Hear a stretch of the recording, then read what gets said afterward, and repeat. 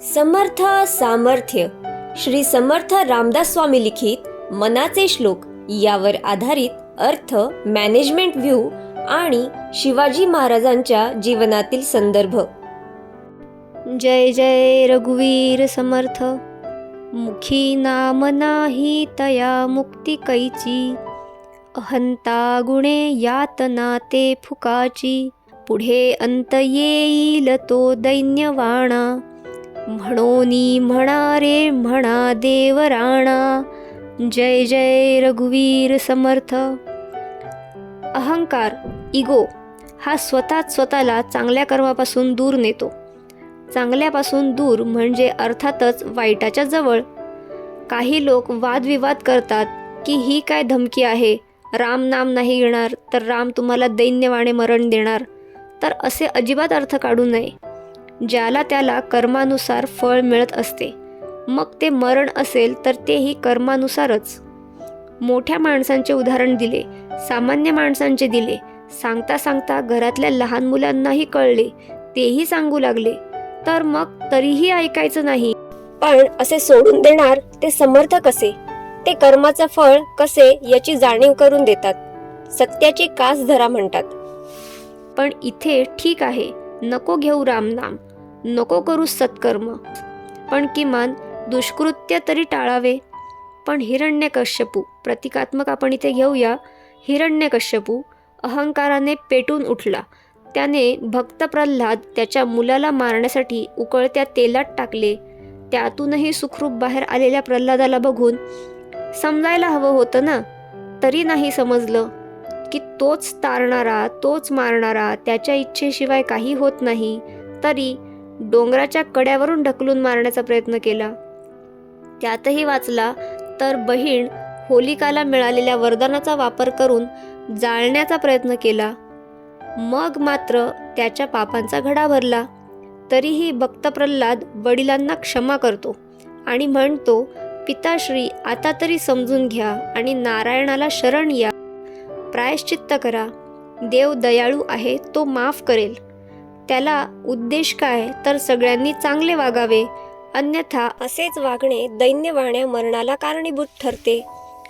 Management view स्वतःचाच हेका चालवणारे कुणाचंच ऐकत नाहीत। आग्रह चांगल्या गोष्टींचा असेल तर चुकीचे नाही, पण वाईट असेल तर स्वतःचेच नुकसान ओढवण्यास कारणीभूत ठरते। घर, ऑफिस किंवा देश ते चालवण्याचा अधिकार असता दुसऱ्याचे मत समजून घेण्याची वृत्ती असावी, हुकुमशहा नको। भक्त प्रल्हाद आग्रही होता, हिरण्यकश्यपू देखील आग्रही होता। फरक काय, एक चांगल्या गोष्टीसाठी आग्रही होता तर एक वाईट।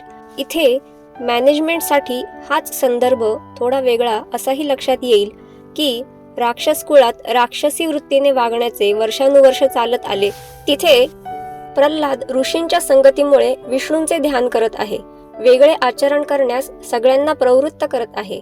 मग ते राक्षस कसे बरे राहतील? त्यांच्यात परिवर्तन झाले तर त्यांना राक्षस तरी कसे म्हणणार? म्हणून त्याने राक्षसी वर्तणूक करावी, ह्यासाठी हिरण्यकश्यपू आग्रही झाला। नवीन पिढी काही नवीन शिकून आली, जे पूर्वी कधी कोणी केले नाही ते करत आहे। तर ते योग्य आहे की अयोग्य हे समजण्याची क्षमता नसेल तर त्यास विरोध होणारच।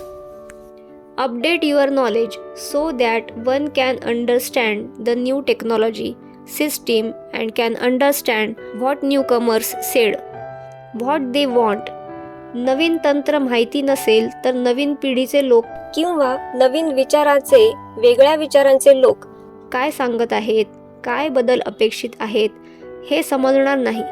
स्वतः माहिती करून घेण्याची वृत्ती असल्यास अहंकारही येणार नाही। मागच्या श्लोकाचा संदर्भ पुढे सांगत आदिलशहाने शहाजीराजांना कैद केले होते। शिवाजी महाराजांनी 4 वर्ष झाले तरी आदिलशहावर हल्ले केले नाहीत, बघता आदिलशहाने शहाजीराजांना सोडून दिले। राजेशाही होती, त्यात नियम असतात, आमच्यावर हल्ले करू नये इतकेच काय ते आदिलशहाचे म्हणणे होते।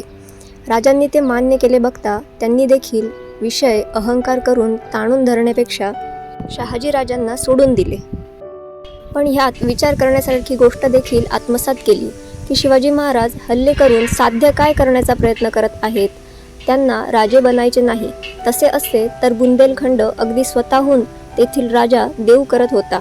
पण शिवाजी महाराजांनी सांगितले की तुम्ही स्वतः प्रजेची उत्तम काळजी कराल तर दुसरा कोणी राजा कशाला पाहिजे आहे. स्वतःमध्ये बदल घडवा. जसे योग्य माणूस शोधून त्याला राज्य देण्यापेक्षा काय योग्य आहे हे समजले आहे तर तसे स्वतःला बनवा. काय मदत लागेल ते करायला आम्ही सोबत असूच. तसे आदिलशहाने स्वतःमध्ये बदल करणे काय आवश्यक यावर विचार तर करायला सुरू केले.